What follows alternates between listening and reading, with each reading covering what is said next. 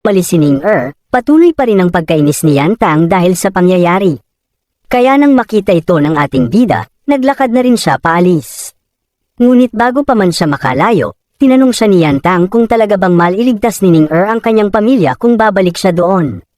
Nagsaad naman ang ating bida na oo, ngunit panandalian lamang ito. Ipinaliwanag ng ating bida sa kanya na sa oras na magamit na ng Yuming Valley ang katawan ni Ning-er bilang kanilang human furnace, tiyak na papatayin ng 7th ghost ang kanyang buong pamilya. Nagtaka naman si Yan Tang nang marinig ito, kaya tinanong niya ang ating bida kung bakit hinayaan niyang bumalik si Ning-er kahit na alam niyang ito pala ang mangyayari. Nagsaad naman si Joe Fan na mas mabuti nang akalain ni Ning-er na nailigtas niya ang kanyang pamilya bago pa man siya mamatay. Kaya kahit na mamatay man ang kanyang pamilya, nagkaroon pa rin siya ng matiwasay na kamatayan dahil ito ang nasa isip niya. Nang marinig ito, agad namang sinuntok ni Yan Tang si Joe Fan at tinawag siyang basura. Tumila po naman ang ating bida dahil sa lakas ng suntok na ito at sinabihan rin siya ni Yan Tang na muli na naman niyang niloko si Ning-er. Pagkatapos nito, agad nang naglakad palayo si Yan Tang, nagtanong naman si Joe Fan kung ano ang plano niyang gawin. Agad namang sinabi ni Yan Tang na aalis siya upang iligtas si Ning-er. Tumawa naman si Joe Fan nang marinig ito at tinanong niya si Yan Tang kung ano ang magagawa niya laban sa isang Heavenly Realm Master. Sinabi rin niya na ang agwat sa pagitan ng kanilang cultivation ay malayo, kaya kahit anong gawin niya, wala siyang magagawa laban sa Elder ng Yuming Valley. Tinanong niya rin ito kung hindi niya ba natatandaan na muntikan na silang mamatay sa kamay ng Elder kahit na ginamit na nila ang lahat ng kanilang alas at formation array. Ngunit hindi naman nakinig dito si Yan Tang at sinabi niyang mas mabuti na ito kaysa manood na lang sila na mamatay si Ning-er. Dagdag pa niya, batay sa naging laban nila sa ika-7 Elder, kahit na natalo sila, nagkaroon pa rin sila ng advantage sa kanya. Agad namang sinabi ni Joe Fan na ang dahilan nito ay ang pag-ambush nila sa Elder at dahil na rin sa formation na ginawa niya, kaya nakalaban sila ng sabayan sa isang Heavenly Realm tulad ng ika-7 Elder. Kaya tinanong niya si Yan Tang kung may mga array na rin ba siyang nakahanda para magawa nila ito sa kanya. O baka naman iniisip lang ni Yan Tang na sumugod doon ng diretso at hingin sa Elder na patayin sila nito. Nainis naman si Yan Tang nang marinig ito. Ngunit kahit na ito ang kanyang nararamdaman, tama ang sinabi ni Joe Fan sa kanya. Ngunit ang kinaiinis lamang niya ay ang attitude na pinapakita niya na para bang wala siyang plano na iligtas si Ning-er. Kaya sinabi na lang niya na alam niyang hindi mapagkakatiwalaan si Joe Fan sa lahat ng bagay dahil isa siyang demonyo. Kaya naiinis niyang sinabi na kung isa nga siyang totoong tao at totoo sa kanyang sinabi, tutulungan niya rin si Ning-er na makaligtas sa sitwasyon na ito. Pinaalala niya rin sa kanya na siya mismo ang nagpangako sa kanya na ilalabas niya si Ning-er sa lungsod na ito, kaya dapat niyang itong gawin. Kaya agad nang umalis si Yan Tang at sinabihan si Joe Fan na isa lamang siyang duwag kung hindi niya matutupad ang pangako na ito. Nagsaad naman si Joe Fan na kahit pumunta man doon si Yan Tang, wala siyang magagawa kundi panoorin lang ang kamatayan ni Ning-er. Ngunit agad namang sinabi ni Yan Tang na ayos lang sa kanya ito, dahil mas nanaisin niya pang mamatay kaysa maging duwag na katulad niya. Agad namang tumalikod din si Joe Fan at napuno ng pagkainis ang kanyang mukha. Ngunit nagsaad siya na siya mismo ang gagawa ng paraan upang mailigtas si Ning-er.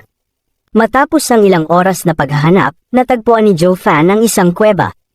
Agad siyang gumawa ng isang array na napapalibutan ng maraming bato. Pagkatapos, inilabas niya ang mga pakpak ng Thunder Skylark at inilagay niya ito sa gitna ng array. Sinabi niya na hindi niya inaasahan sa buhay niya na gagamitin niya ang mapanganib na teknik na ito para sa isang tao lamang. Ngunit ito lamang ang madaling paraan upang makakuha siya ng malakas na kapangyarihan sa loob ng maikling panahon upang malabanan niya ng sabayan ang demonyong 7th ghost. Dahil kung wala siyang taglay na malakas na kapangyarihan, tiyak na hindi siya magkakaroon ng pagkakataon na matalo ang demonyo sa isang laban. Pagkatapos nito, ginamit na ni Joe Fan ang kanyang ginawang array at kasama sa array na ito ang Diamond Quicksand na kanilang nakuha noon. Pumalibot sa kanya ang Diamond Quicksand at sinabi niya na ang amalgamation ng langit at impyerno ay nagsimula na. Hanggang sa tuluyang pinalibutan si Joe Fan ng Diamond Quicksand. Ang amalgamation ng Heaven at Hell ay isang proseso kung saan ang isang martial artist ay kayang gawing parte ng kanyang katawan ang mga materyales na taglay niya, na nagre-resulta sa isang katawan na gawa sa Diamond Quicksand. Kapag natapos na ang proseso, magiging matibay ang katawan ng martial artist at magiging invincible siya. Ngunit ang proseso na ito ay hindi madali dahil ito ay mapanganib. Ang martial artist na dadaan sa ganitong proseso ay makakaranas ng sobrang sakit na para bang sinasaksak sila ng ilang libong beses ng paulit-ulit. Ang mas malala pa, sa isang maliit na pagkakamali lamang, maaaring mamatay ang martial artist at matunaw ang kanyang buong katawan. Kaya sa oras na ito, ginagawa ni Joe Fan ang kanyang makakaya upang hindi mawala ang kanyang focus. Una niyang ginawa ang unang hakbang ng proseso, ang pagpino ng kalamnan. Agad na nakaramdam ng matinding sakit ang ating bida nang magsimulang pumasok sa katawan niya ang mga diamond quicksand. Napasigaw siya sa sakit, ngunit ginawa niya ang lahat upang pigilan ang kanyang sarili.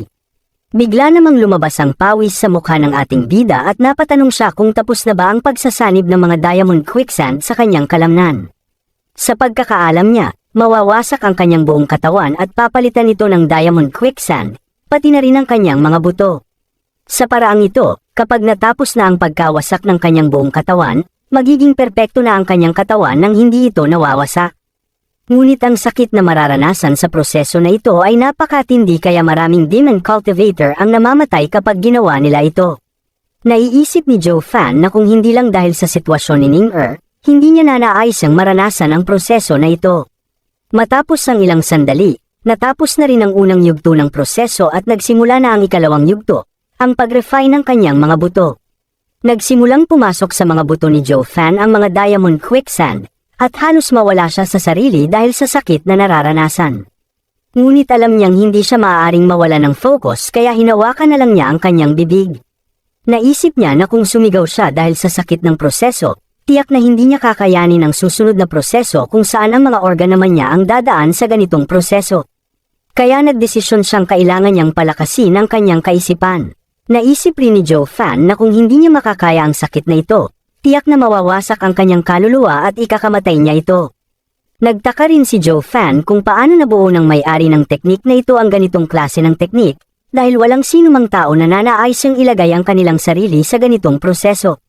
Nagsimula namang mawasak ang mga buto ng ating bida kaya muli na naman siyang napasigaw sa sakit at parang nawala na rin siya ng lakas dahil dito. Ngunit ang ikinababahala niya ay may huling yugto pa ang proseso na ito na kailangan niyang pagdaanan. Habang nakahiga sa kanyang array, naisip niya na ang susunod na hakbang ay ang pagkawasak ng kanyang buong katawan. Kaya natawa na lang siya na parang baliw at nasabi niya na hindi pa siya maaaring sumuko. Nagsimula na ang ikatlong yugto, ang pag-refine ng kanyang internal organs. Kaya nagsimulang pumasok ang mga diamond quicksand sa mga organo ng ating bida. Lumabas rin ang dugo sa kanyang bibig dahil sa proseso na ito. Pagkatapos ng ilang sandali, natapos na rin ni Joe Fan ang ikatlong yugto kaya ngayon ay dalawang yugto na lang ang natitira kaya siya ay natuwa ng kaunti. Ngunit bigla na naman siyang napasigaw nang pumasok ang diamond quicksand sa kanyang utak. Nagulat siya na ang huling yugto pala ay ang pag-reconstruct ng kanyang kaluluwa. Nabahala siya dahil kapag namatay ang kanyang kaluluwa, ito na ang magiging katapusan niya. Napansin rin ng ating bida na unti-unti nang nawawala ang kanyang paningin kaya sa tingin niya ay nagsimula nang mawala ang kanyang kaluluwa. Dahil dito, napatawa na lang siya ng malakas dahil hindi niya inakala na kahit siya ang demonic emperor ng Holy Land na nabuhay muli ay mamamatay lang siya sa proseso na ito. Ngunit bigla namang naalala ni Joe Fan ang imahe ni Ning-er kaya pinilit niyang labanan ang sakit na ito upang mailigtas lamang si Ning-er. Dahil dito, na-activate ang enerhiya na iniwan sa kanya ng imahe at nagsimula itong lumabas sa katawan ng ating bida hanggang sa pinalibutan nito ang buong array. Nagsimula ring mabuo ang malakas na enerhiya sa noo ng ating bida at ang enerhiya na ito ay kinain ng kanyang buong katawan. Sa kabilang banda, nakarating na rin ang matanda sa kanyang pamilya ngunit napansin niya na parang may kakaibang nangyayari dito. Napansin niya rin na wala na ang mga bantay ng kanyang pamilya at wala siyang makita na tauhan ng kanilang pamilya sa loob nito. Kaya nang subukan niyang suriin ang buong mansyon, nalaman niya ang presensya ng mga tao sa loob ng kanilang mansyon. Ang tao pala na naroon ay ang ika-7 elder ng Yuming Valley. Kaya agad siyang nagbigay galang sa kanya at humingi rin siya ng paumanhin dito. Nagsaad naman ang elder na sa loob ng 100 taon, ang kanilang pamilya ay nasa ilalim na ng pangangalaga ng kanilang Yuming Valley. Sa mga panahong yon, wala siyang maalala na naging masama ang kanilang trato sa kanilang pamilya. Agad namang sinabi ni Ding Tian na tama ang sinabi ng elder dahil kung wala ang kanilang Yuming Valley, wala sa ganitong estado ang kanilang pamilya ngayon. Tumawa ng malakas ang elder at naglakad ito papalapit sa kanya. Hinawakan niya rin ang balikat ni Ding Tian at pinuri niya ang pagiging magaling nito sa pagsasalita. Sinabi rin niya na magandang bagay ito na ganito siya mag-isip sa kanilang Yuming Valley. Ngunit seryosong tinanong ng elder kung bakit nakipagsabuatan ang kanilang pamilya sa mga outsider upang nakawin ang Diamond Quicksand sa kanya. Agad namang nagdahilan ang matanda at sinabi niya na maaaring isang hindi pagkakaunawaan lamang ito dahil ang kanilang pamilya ay loyal sa kanila at hindi nila ito magagawa. Nagsaad naman ang elder na kahit siya ay hindi makapaniwala na gagawin niya ito sa kanya, dagdag pa niya na kung tama nga ang sinasabi ni Ding Tian na hindi nila magagawa ito. Tinanong niya ito kung nasaan na ang kanyang apo na si Ning Er.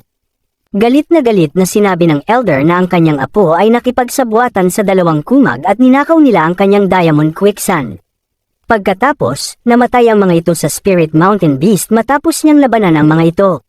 Nanginig naman sa takot ang matanda at nasabi niya na mukhang tama nga ang sinabi ng mga bata sa kanya.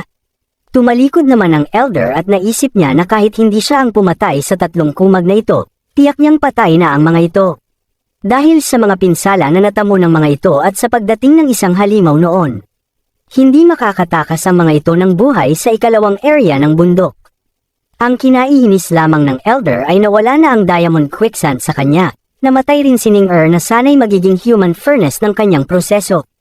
Kaya nagdesisyon siya na ang mga bagay na ito ay kailangang pagbayaran ng Zhou family gamit ang kanilang buhay. Kaya agad niyang inutusan ng kanyang mga tauhan na ilabas na ang kanyang inihanda para sa matanda na ito. Nagulat naman si Ding Tian nang makita niya ang kawawang estado ng kanyang anak at mga apo na binugbog ng mga kumag na ito. Kaya siya ay nagalit at tinanong niya ang 7th elder kung bakit niya ginawa ito sa kanyang pamilya kahit na naging loyal sila sa kanila ng ilang daang taon. Ngunit hindi naman dito natakot ang elder at kinutya niya ang pagiging basura ng kanyang pamilya. Sinabi rin niya na hanggat nasa pangangalaga sila ng Yuming Valley, malaya siyang gawin ang lahat ng bagay na gusto niya. Nagsaad rin siya na hindi isang pamilya ang turing ng Yuming Valley sa kanila dahil mga asong bantay lamang sila na maaari nilang patayin kung sakaling gustuhin man nila. Kaya ngayon ay mas naiinis na ang elder dahil ang mga aso na ito ay nagawa pang lumaban sa kanila at nakawin ang kanyang pagmamayari kaya ang mga katulad nilang basura ay kailangan ng mawala sa kanilang lungsod. Nagalit naman dito si Ding Tian nang marinig niya ang sinabi ng demonyong elder na ito. Kaya agad niyang nilabas ang kanyang aura upang maghanda sa laban. Nang makita ito, natuwa naman ang elder dahil mukhang nais ng lumaban ang aso na ito sa kanyang amo. Kaya agad rin niyang ginamit ang kanyang aura at sinabi niya na oras na upang kumuha siya ng bagong aso na ipapalit sa kanilang pamilya. Nagtanong naman si Ding Tian kung nais niya bang gawin na human furnace ang kanyang apo kaya inalok niya ito ng kasal. Tumawa ng malakas ang elder at sinabi niya na talagang matalino ang matanda na ito. Nagsaad din siya na matagal na nila itong ginagawa sa ibang pamilya ngunit hindi man lang nila nalaman ito. Ngunit siya ay sapat na matalino upang maunawaan na ito ang ginagawa nila. Kaya napatawa na lang siya dahil mukhang ito ang dahilan ng kanilang pagtataksil sa Yuming Valley. Mas nagalit naman dito si Ding Tian kaya agad siyang umatake upang patayin ang demonyong elder na ito. Ngunit bago pa man niya malapitan ang ikapitong elder, bigla itong nawala sa kanyang kinatatayuan. Agad ring sumulpot ang elder sa gilid ng matanda at sinabihan niya ito na mabagal. Pagkatapos, inatake niya ito ng napakalakas kaya tumilapon ang matanda sa sulok ng silid. Napahawak rin ang matanda sa kanyang dibdib dahil sa lakas ng pinsala na natamo niya mula sa atake ng demonyo na ito. Ngunit agad namang ginamit ng elder ang pagkakataon na ito upang umatake muli. Kaya tuluyan ang tumilapon ng matanda palabas ng kanyang mansyon. Isang malaking pagsabog rin ang naging resulta nito at tuluyan nang hindi nakagalaw ang matanda dahil sa lakas ng atake. Nagyabang naman ang elder at sinabi niya na nasa ikatlong yugto na siya ng Heavenly Realm. Kaya kung para sa kanya nakaka-rating lamang sa ganitong antas ay hindi siya mananalo sa kanya kahit ano pa ang gawin niya. Sinabi rin niya na ang agwat ng kanilang lakas at kakayahan ay parang langit at lupa. Kaya kahit anong gawin niya ay hindi siya karapat-dapat na maging kalaban niya. Sinabi rin ng elder na ito ang magiging huling araw at katapusan ng matanda na ito.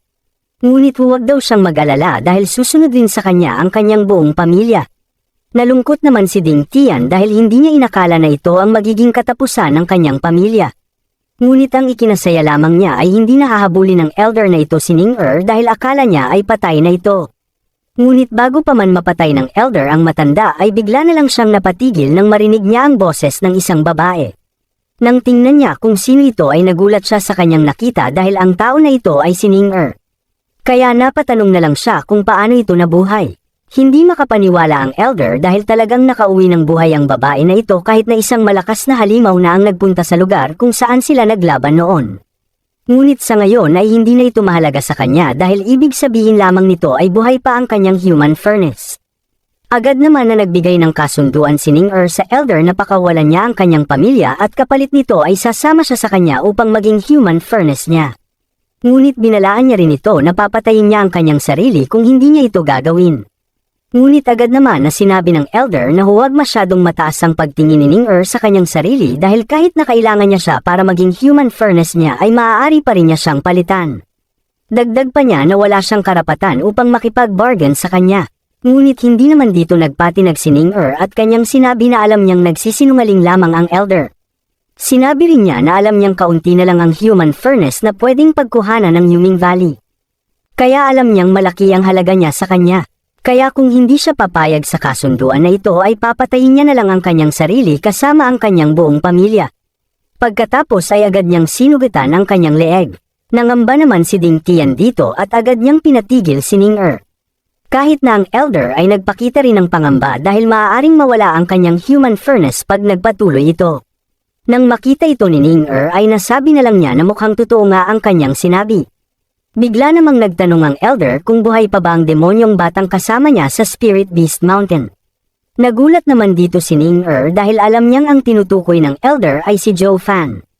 Kaya agad niyang sinabi na patay na ang tao na ito at ang katawan niya ay nandoon pa rin sa lokasyon kung saan sila naglaban. Nagmungkahi rin siya na maaari itong puntahan ng elder kung hindi siya naniniwala sa kanya. Ngunit hindi naman dito naniwala ang elder at kanyang sinabi na huwag siyang lokohin ni Ning-er. Sa buong buhay niya ay kaunti pa lamang ang mga taong nakakatalo sa kanya, kaya hindi niya matanggap na ang pinaka nagpahirap sa kanya ay isa lamang bata. Ang malala pa ay nabigo rin siya na mabawi ang Diamond Quicksand sa bata na ito at nagtamo rin siya ng malaking pinsala sa naging laban nila. Kaya nasabi na lang niya na talagang tanga si Ning-er kung sa tingin niya na maniniwala siya sa kanya na patay na ang demonyong bata na yon.